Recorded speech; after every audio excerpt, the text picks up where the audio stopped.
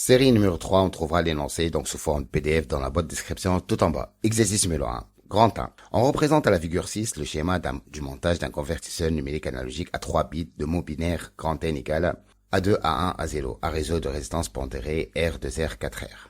Premièrement, définir un convertisseur numérique analogique et donner son symbole.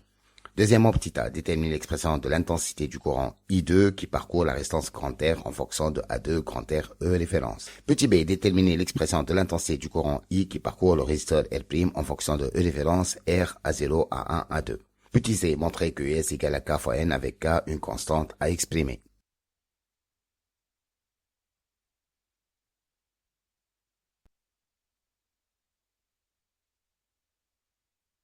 Petit d, déduire l'expression de la tension US d'un convertisseur à n bits, en fonction de E référence R et R' et des variables numériques AJ. Troisièmement, on donne les histogrammes C1 et C2 des tensions de sortie US des deux convertisseurs. Au document 1, l'histogramme C1 représente US d'un convertisseur à 3 bits. Au document 2, l'histogramme C2 représente US d'un convertisseur à 4 bits. Petit a, la reconstitution du signal est-elle meilleure avec un convertisseur à 3 bits ou à 4 bits? Expliqué. Petit b, définir le quantum Q. Petit c, calculer la valeur du quantum d'un convertisseur à 4 bits et d'un convertisseur à 12 bits, en considérant que la tension US max égale à 12 volts. Petit d, déduire l'intérêt pratique de l'utilisation de convertisseurs à 12 bits.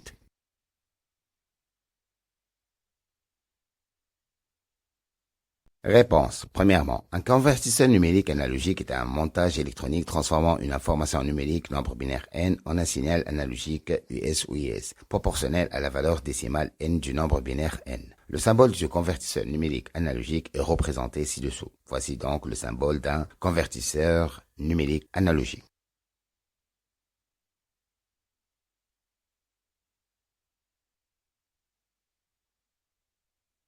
Deuxièmement, petit a. Pour A2 égale à 1, qu'A2 est fermé, on a la figure simplifiée. D'après la loi des mailles, on a donc moins epsilon plus UR2 plus E référence égale à 0. Or, epsilon égale à 0, amplificateur idéal, donc UR2 égale à moins E référence. Et ainsi, R2 fois I2 égale à moins E référence. D'où I2 égale à moins E référence sur R2. Comme R2 égale à R, donc ça fait moins E référence sur R. Alors, pour A2 égale à 0, K2 est ouvert, donc I2 égale à 0 ampère. Donc, en conclusion, I2 égale à moins E référence sur R. On peut l'écrire donc moins A2 E référence sur R. Petit b, d'après la loi des nœuds, on a I plus I moins égale à I0 plus I1 plus I2. Or, I moins égale à 0, donc I égale à I0 plus I1 plus I2. Donc I égale à moins A0 E référence sur 4R, moins A1 E référence sur 2R, moins A2 E référence sur R. Donc I égale à moins E référence sur 4R, facteur de A0 plus 2A1 plus 4A2.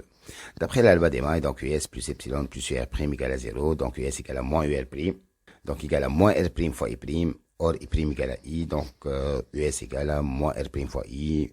Remplaçant I par son expression, ça fait moins R', facteur de moins E référence sur 4R, facteur de A0 plus 2A1 plus 4A2. Donc US égale à R' E référence sur 4R, facteur de A0 plus 2A1 plus 4A2. Avec K égale à R' E référence sur 4R et N égale à A0 plus 2A1 plus 4A2.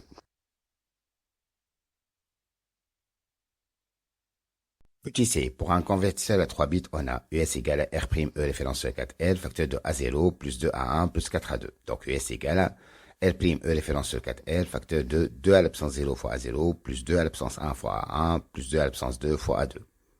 Alors, petit d, pour un convertisseur à n bits, on a donc US égale à R' fois E référence sur 4R, facteur de 2 à la puissance 0 fois A à la puissance fois A indice 0, plus 2 à la puissance 1 fois A1 indice 1, plus 2 à la puissance n-1 fois A indice n-1. Troisièmement, petit a, l'histogramme C2 du convertisseur à 4 bits est meilleur que l'histogramme C1 puisque l'écart entre le signal analogique d'origine et l'histogramme C2 est plus faible, donc C2 est plus conforme. Petit b, le quantum noté Q d'un convertisseur numérique analogique correspond à la quantité élémentaire de variation du signal de sortie US correspondant à une variation de plus ou moins 1 de n en entrée. L'expression du quantum est Q égale à US max sur 2 à la puissance n moins 1.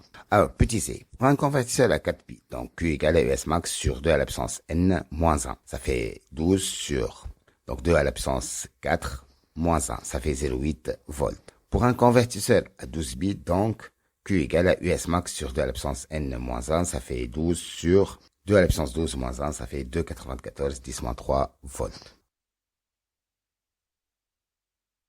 Petit t. Alors, l'intérêt pratique de l'utilisation des convertisseurs à 12 bits est d'avoir des variations très faibles de US lorsque N varie d'une unité. Et par suite, la forme de l'histogramme de la tension de sortie US obtenue est pratiquement conforme au signal analogique d'origine.